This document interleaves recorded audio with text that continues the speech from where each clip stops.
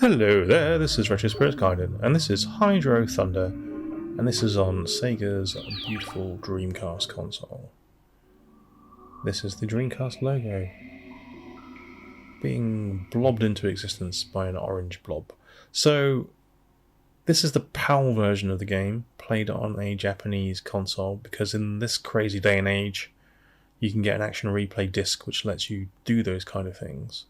This is a fairly early game on the Dreamcast, converted by Eurocom, with a hideous logo, Eurocom's logo that is, from the arcade. And being an early Dreamcast game, it's pretty impressive really, I suppose. I don't have a save game, so I bought this recently for £20 English from an importer, oddly, as it is a UK game. And like I said, I don't have a save game, and we're going to this is my first play of it since the year 2000, and I always enjoyed this game back in the day, and we'll see how I get on with it right now. So we're going to get ready to race at Thunder Park. The excited announcer screamed in my ears some bits and bobs. I didn't look at the options there, but there are very few options in this game. So, but we can change the camera view. There's some wobbly water. It looks slightly worse than I remember. I remember it being a slightly better looking game than this. Not that it's ugly. Oh look, the sun's coming through the roof. The lens flare is that was odd. There's no. It just draws in front of everything. How very strange. Anyway, there's a bug there that they could have ironed out, I believe, during development, but didn't bother. So you drive your boat, you have a sort of a crazy hop maneuver where you have to press the brake and another button simultaneously. Your boat can jump in the air, which is a nice little feature. This environment is actually feels quite big. I like that. I like the feel of it. The water's suitably bouncy. Yeah, it's just arcade. It's just an arcade game, isn't it? Arcade fun. I'm not sure the frame rate of this game. It feels like it might be 30 FPS.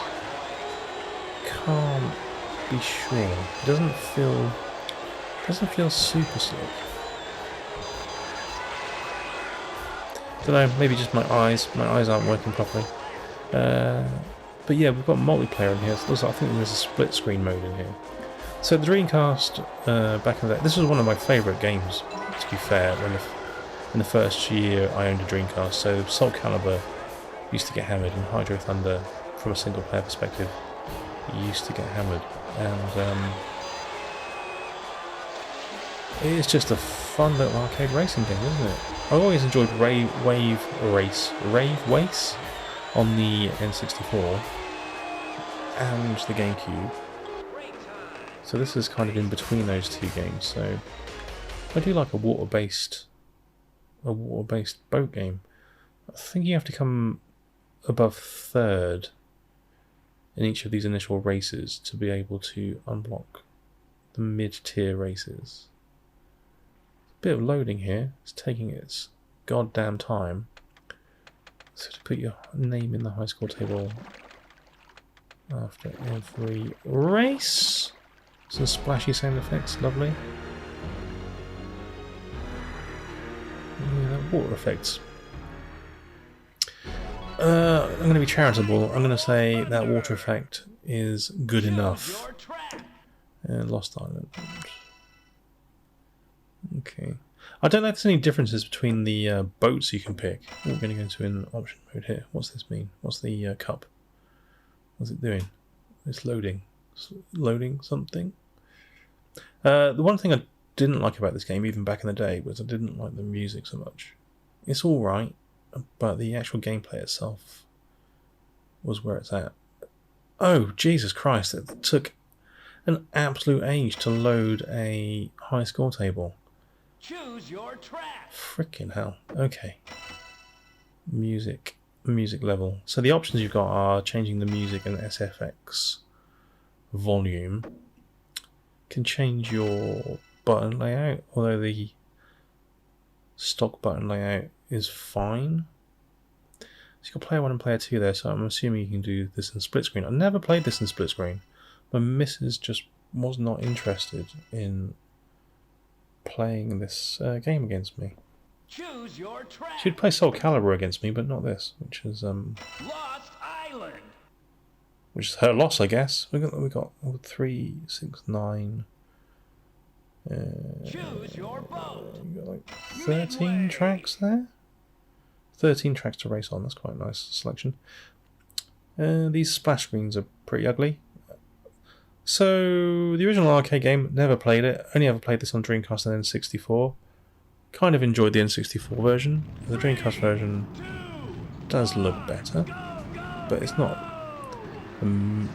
so different as to be looking like a different game. It's actually pretty impressive on the N64. You can get this on the PlayStation and N64 and Dreamcast and PC probably. So there's a shortcut behind that waterfall there. Look at that. Didn't need to jump either.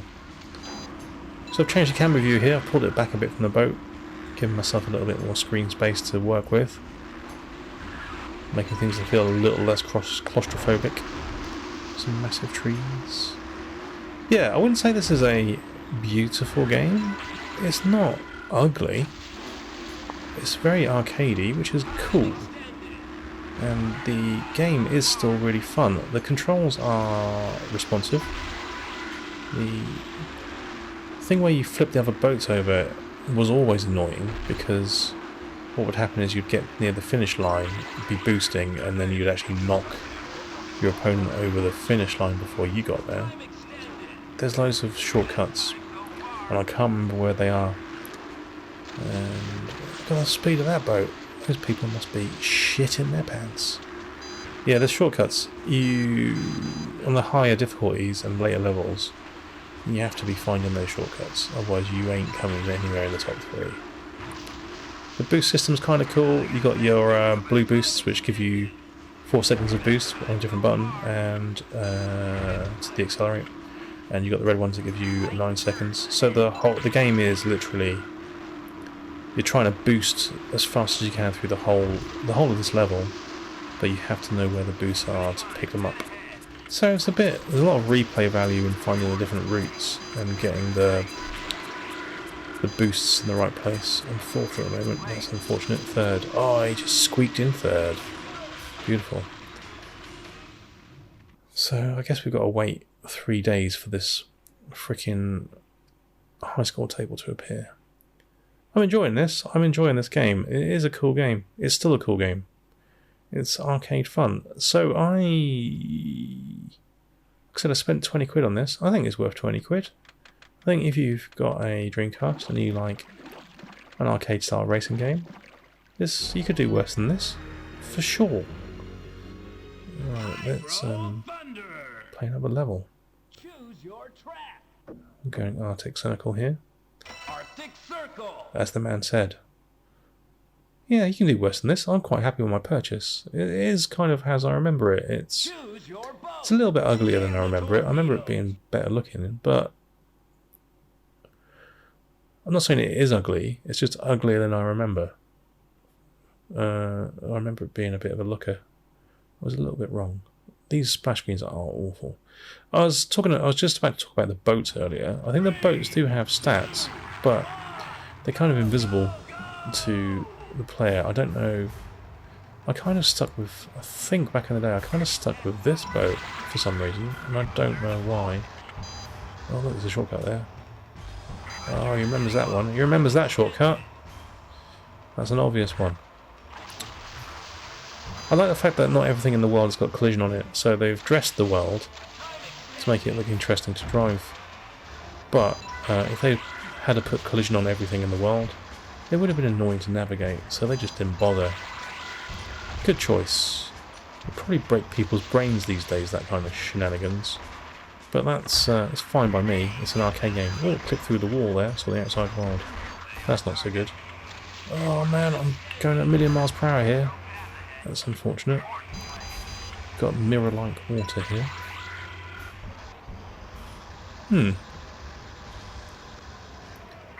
Okay. Oh, there's another boat. He's just going faster than me, faster than I ever could. Yeah, the battering the boats around does get fairly annoying.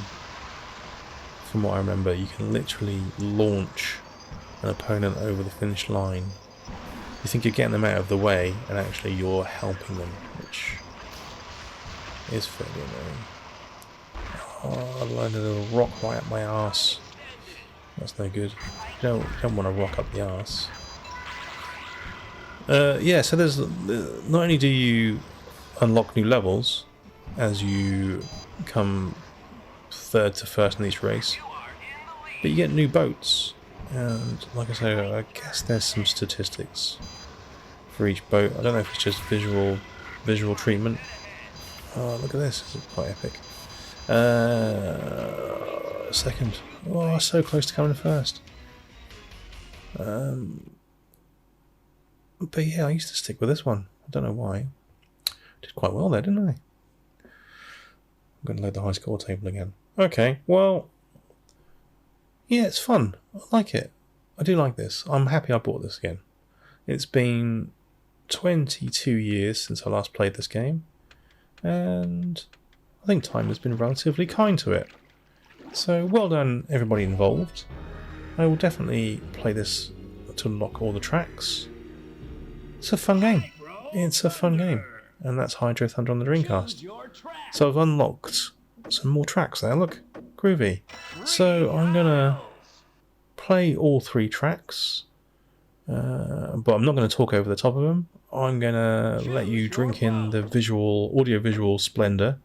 I'm going to pick a different boat. Let's pick the long thin one with the flames. Beautiful. Alright then. Hydro Thunder. I like it. My first play in 22 years. It's cool. Right then. Ta-ra.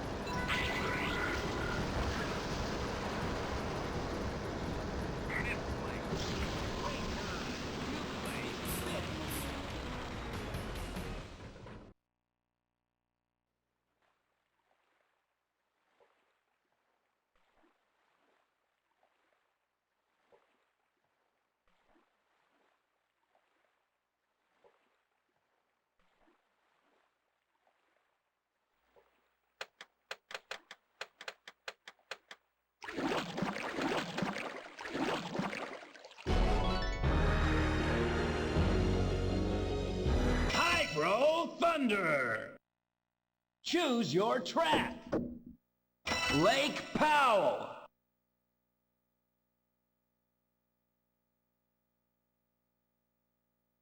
Choose your boat. Banshee!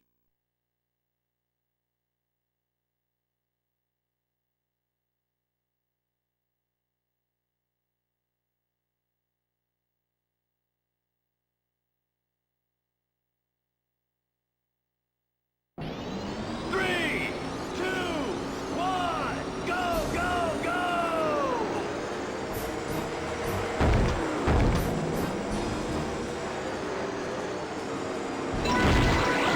They're deployed. Boosters getting low.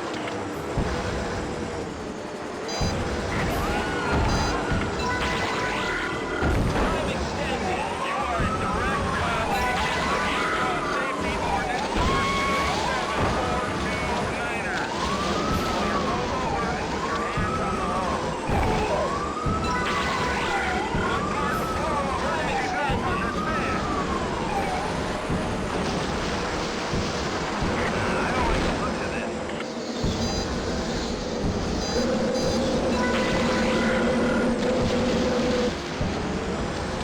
No path ahead.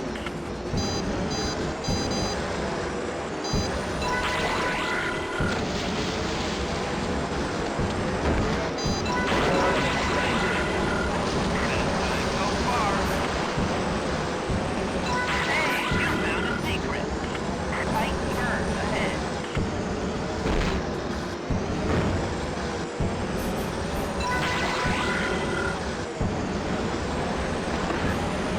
No path ahead. Time running low. Time extended.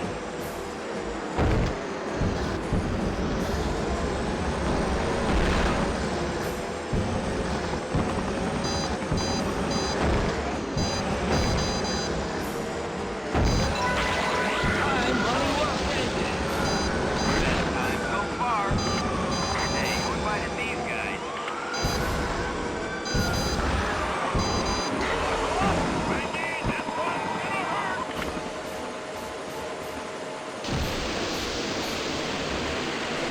Time running low.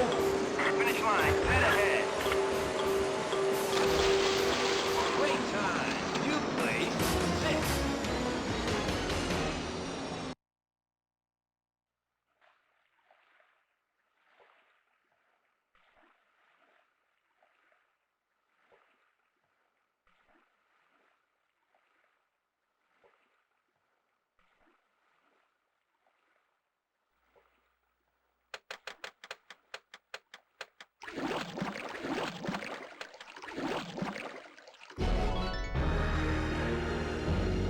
Hydro Thunder.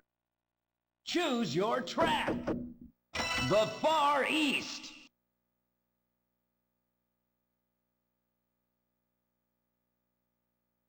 Choose your boat. Tidal Blade.